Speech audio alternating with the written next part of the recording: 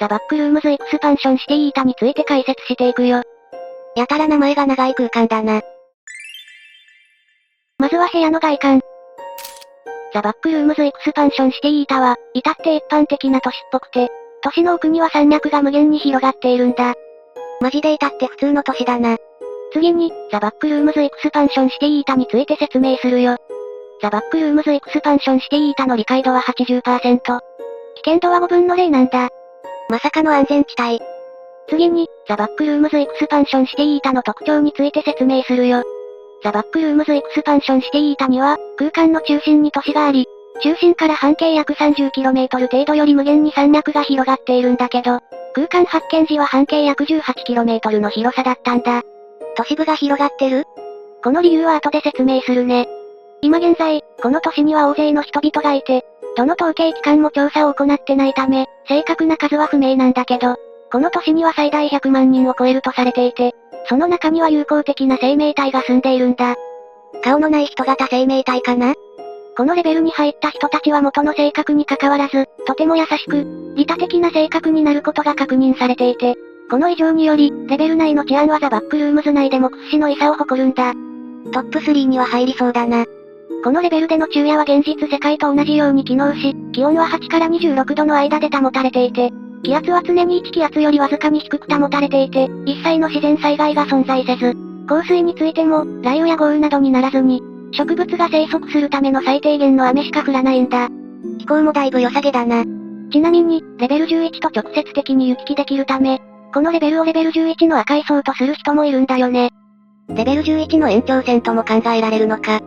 このレベルでは老化が遅延したり、健康が自動的に維持されたりなどの、体内異常が発生するため、病死や老衰などの一部の死因がなくなるんだ。とんでもない空間特性だな。このためレベル内の人口は増える一方で、人口が増えると自動的に街が拡張されるという特徴もあるんだ。だから半径 30km もあるのか。また、都心部の建物も高層建築物に建て替えが進んでいて、レベル内の郊外には騒音の発生しない空港が存在し、この空港から様々なレベルへ行けるんだ。だいぶ便利な方向に発展してるな。さらに、このレベルの中心部には透き通った川が通っていて、住民はその水を生活用水として使っているんだ。なんかシティーズスカイライン感あるな。ちなみに、地下にも空間が広がっていて複数のセクションが存在するんだ。地下にもあるのかよ。まずは地下街。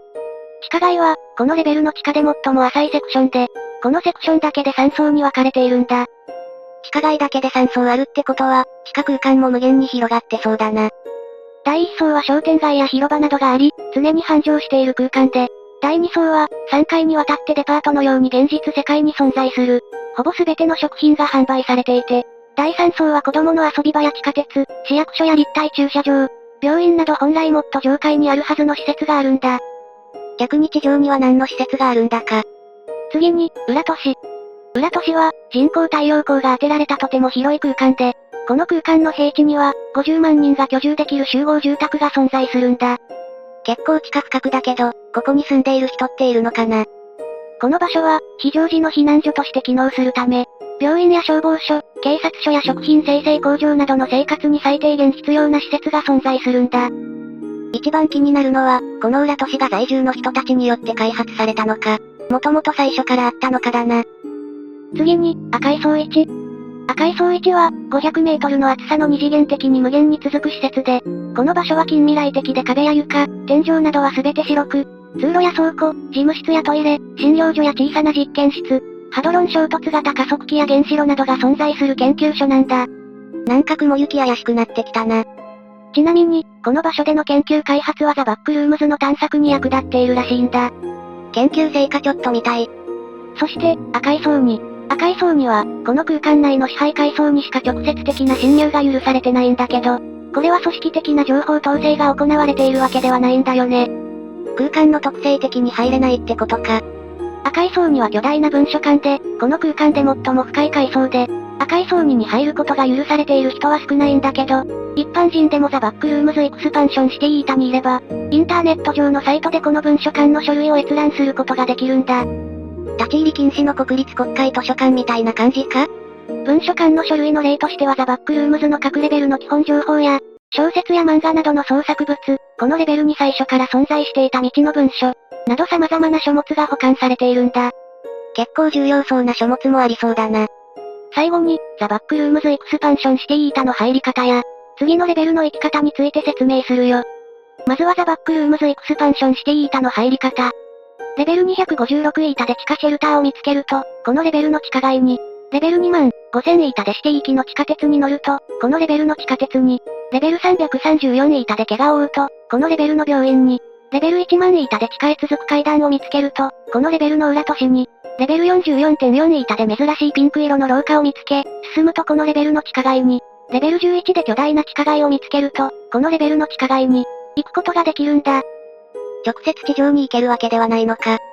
一方、次のレベルの行き方は、空間内の空港から、レベル36やレベルインフィニティ、レベル19イータ、レベル569イータ、レベル3999、ザ・フロントルームズ、ザ・イータルームズ、レベル555イータに、地下街を進むと、レベル11の地下街に、地下鉄から、レベル3645イータ、レベル26イータ、レベル226イータ、レベル810イータ、レベル999イータに、2000メートル以上上空へ行くことで、レベル3666イータに、レベル内の山脈を突き進むことで、レベル695イータに、レベル内の山脈で幻想的な風景を見つけると、ファンタスティックルーンズイータに、マンションに入ると、稀にレベル375イータに行くことができるんだ。